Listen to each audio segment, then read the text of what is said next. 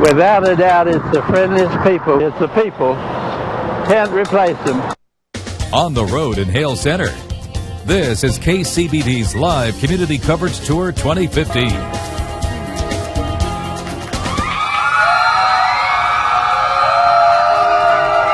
Good evening, and thank you for joining us. We're wrapping up the second night of our 2015 Live Community Coverage Tour in Hale Center. Tonight we've been hanging out in front of the pavilion at Hale Center. This community is known as the Oasis on the Plains. It lies at the intersection of I-27 and Farm to Market Road 1914, about 30 miles north of Lubbock, and is home to more than 2,200 friendly people. Hale Center was founded after the merger of two towns in 1893, Hale City and Epworth. Tonight, you'll get to learn about this town's tribute to their local veterans, a book that's giving Hale Center citizens a chance to reflect, and an activity center for the young at heart. We've had a lot of fun out here tonight in the town of Hale Center. CMS Jazz Band has kept the crowd entertained with lots of good music, while Lowe's Supermarkets provided everyone with plenty of hot dogs to eat free, and volunteers with Atmos Energy cooked them. We also stayed hydrated with Culligan water and Pepsi, and to top off the night, Tillamook Creameries had some delicious ice cream for all of us to enjoy. So we'd like to thank everyone who provided their services tonight, and of course everyone who came out and spent time with us. We enjoyed getting to spend time with you. And in our 6 o'clock newscast tonight, we asked you to take pictures out here and post them on your social media accounts with the hashtag KCBD Tour. We did that too. Let's take a look at some of the fun that people had this evening. It was a great time. Patricia Villasine, our reporter, you know her, joined the merry-go-round with the other little kids, and that was pretty tough because she's a little bit bigger than the other little ones who got up, but she made it. Rudy provided the merry-go-round. Abner and Clara Jimenez are in this picture. Clara has 15 children and 350 great and grandchildren. Jack Smith is 101. He joined us out here tonight. You'll see a story about him a little bit later. The Pee Wee cheerleaders were here, the Owls, and of course the firemen provided their inflatable water slide, which was a huge hit tonight for the kids. Before we take a closer look at the town of Hale Center, let's get you caught up on the news of the day. We'll send it back to our KCBD News Channel 11 studio, where Christy Harden is standing by with today's latest developments. Christy? Thanks so much, Karen and Abner. New at 10 tonight, it's an issue we first learned about from a concerned viewer who posted on our KCBD Facebook page. 2 Lubbock sidewalks are apparently a home to those without, as their possessions and waste litter the underpass at Broadway and Avenue A. KCBD News Channel 11's Ashlyn Tubbs joins us now with more details on this. Ashlyn. Well, Christy, we're told that many of the people who take refuge under that bridge once lived in Tent City but have since needed another home. This is a problem TxDOT tells us that they've seen before here in Lubbock, and say it's not safe for anyone to set up camp at an underpass or near any roadway. Their department, as well as the city, relies on Lubbock police to enforce anyone living there to pack up and leave. Then they have crews pick up the trash left behind, which is exactly what Lubbock citizens hope will happen to this area, such as Keely McDoyle. He has had to walk through it before and says he's witnessed people actually laying among the piles of possessions and trash. It makes me want to go around. I ain't been in, I went in there one time and I didn't go around it no more. Now you can notify the City of Lubbock Waste Department to address an area of concern like this one by calling 311 Monday through Friday. Christy? Okay, thanks so much, Ashlyn. We have new details on a brutal assault we first told you about this weekend. You may remember on Sunday, Lubbock police found an unresponsive man lying outside between 2 buildings at University Trails Apartments. Late this afternoon, police released the name of that man. He is 24-year-old Gregory Avari. They tell us Avari is a Texas Tech student and he is in stable condition tonight. He was taken to the hospital with critical injuries. Investigators are still piecing together this crime. If you know something that could help them, call Crime Line at 741-1000. To wrap up with some of today's headlines. For other headlines, head over to kcbd.com. For now, let's go back to Karen and Abner, who are live in Hale Center for our 2015 Live Community Coverage Tour. Karen and Abner. Thank you, Christy.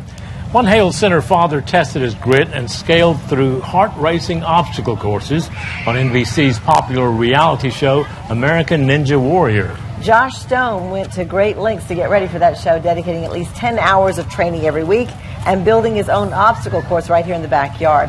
KCBD News Channel 11's Patricia Villasine met with him and joins us now with more on his story. Patricia?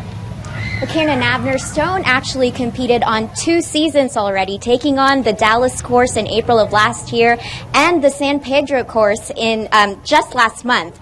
But this adrenaline junkie says that he hasn't had his fill just yet. Preparing for a challenge of this scale meant bringing it down to size to fit this backyard. I'm a go-getter. I've always been that way. Josh Stone stumbled upon American Ninja Warrior's obstacle courses while he was channel surfing. I saw the guys going through it. I saw the challenge it presented. And he ran with it.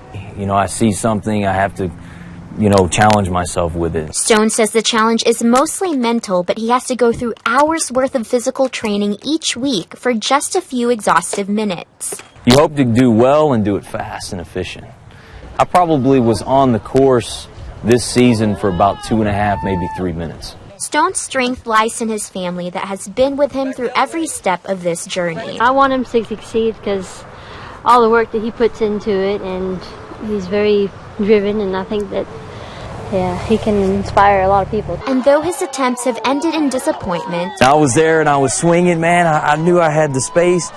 And I jumped and I hit my head on top of the structure. Because I hit my head, my momentum was going backwards and I fell backwards in the water. I was that close to completing the obstacle. Stone continues to push forward. That's my nature, to not give up on something. I mean, if I start something, I want to finish it. And Stone is still training regularly and plans on applying for his 3rd season in a row, so be sure to catch him on the show. Karen and Abner, back to you. Very impressive. Thank you, Patricia. Now let's go to John to see if we have a chance for storms. You know, it wasn't really bad tonight, Karen. No, beautiful, actually. It was nice and cool. John, what can you tell us about the rest of the week? Well, Karen and Abner, it is beautiful tonight. We're going to start with a look at Doppler radar, show you a little activity east of Paducah. In fact, if you were outside earlier this evening, all you had to do was look to the east. You could see a beautiful thunderhead out in that area. That thunderstorm's making its way gradually out of the region. Don't forget about our KCBD weather app, so you can keep up with the latest forecast information on that. Temperature slowly edging down. It was only 89 in Lubbock today. Your forecast coming up. We're going to be headed to Muleshoe tomorrow. It'll be sunny skies. I expect us to be up, say, around 90 degrees. The remainder of the South Plains, including Lubbock, edging up a little bit warmer, some low and even some mid-90s. The frontal boundary is south, so hopefully that'll keep temperatures maybe a little lower for one more day. But when we check the 7-day later on, it's going to be heating up again. Karen and Abner. Thank you, John. June 2nd, 1965 marked one of the most tragic nights in Hale Center's history. A powerful EF3 tornado barreled through the heart of the small town, leaving 4 people dead, countless injured, and a community in ruins. 50 years later, the people of Hale Center are keeping a record of the tornado's damage and the progress the town has made since then in a book called A Town Too Proud to Die. The book features eyewitness accounts from about 70 people, including Hale Center's mayor, Eugene Carter. It was a very traumatic thing, and I had to walk downtown because the streets were littered with debris, and it was quite revealing. The book is divided into 3 sections: the story of the tornado and the damage that it left, along with people's recollections of the disaster and details of how much the town has developed since then. It indicated we were here to stay, and it was an encouraging thing, really. Look for this book to be released sometime next month. On the drive into town, residents and visitors are welcomed by a beautiful monument. The area Veterans Memorial Wall was dedicated in 2003 and it was a pet project of Eugene Heath and his late wife, Janie. The Heath's hope was to honor and remember the deeds of local veterans. The monument is nestled on top of a plaza with flags donated by the Heaths flying overhead. The original plan was to carve about 150 names onto the wall, but the project grew to include 600 names of people who served. 2 years ago, an early morning fire engulfed Aiken Elementary School gym, burning it to the ground and causing significant damage to several classrooms. But the fire wasn't enough to extinguish the Aiken staff's spirits. I knew that the superintendent would want to do everything he could to make the building better, and I knew the board would too. They were ready to not just put Aiken back, but to make it better for students. Well, the good news is the school received a 21st century facelift and now boasts refinished scaffolding, upgraded classrooms and facilities, and a full-size competition gym. King says he hopes repairs will be finished by the end of this month. Almost 30% of children in Texas are classified as food insecure by the U.S. Department of Agriculture. But a program right here in Hale Center aims to address and combat this growing issue. Snack Pack for Kids provides elementary-age students kid-friendly snacks not only during the school year, but through the summer as well. They're going to make it to this weekend, and we're going to give them home, and we're going to let them know there is somebody there that really cares about them, and all this is about kids. Volunteers pack the sacks once a week and distribute them to children every Friday. If you'd like to donate to Hale Center Snack Pack for Kids, you can visit our website at kcbd.com for more information. And Hale Center High School is adding pops of color and expression to its band this year. A group of 10 girls have signed up to be part of the band's first color guard since 2002. The current band director says she has guard training and has wanted to include it in the band since she took over the position last year. It's just been something that I've always thought was a colorful addition to the band on the field. They get to dance and have an activity that's physical and an activity that's graceful and kind of puts the spotlight on them a lot. So this football season, look for the color guard that will perform routines to the theme of how to train your dragon and will make use of props like flags and lots of colorful costumes. One Hale Center facility is on a mission to empower members of their community by providing a strong support system. Fountain of Life Assisted Living Facility has been open since October of 2013. The facility serves people aged 18 and over who have medical necessities.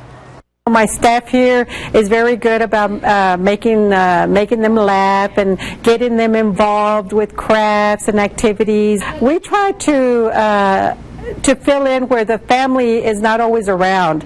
We become their family. The facility currently has an enrollment of 50 and offers services like monitoring vital signs, transportation, and full meals. Now, still to come health-wise, a good deed in the hot sun for a friend who is 101. But first, we have another trivia question for you. Why has the town of Hale Center been given its name? Is it because A, it is in the center of Hale County, B, because it was the first town to be incorporated in Hale County, C, it was the county seat before it was moved to Plainview, or D, because Hale City was bigger than the town of Epworth before the two merged? We'll let you know a little bit later, but right now you're watching KCBD News Channel 11 at 10 live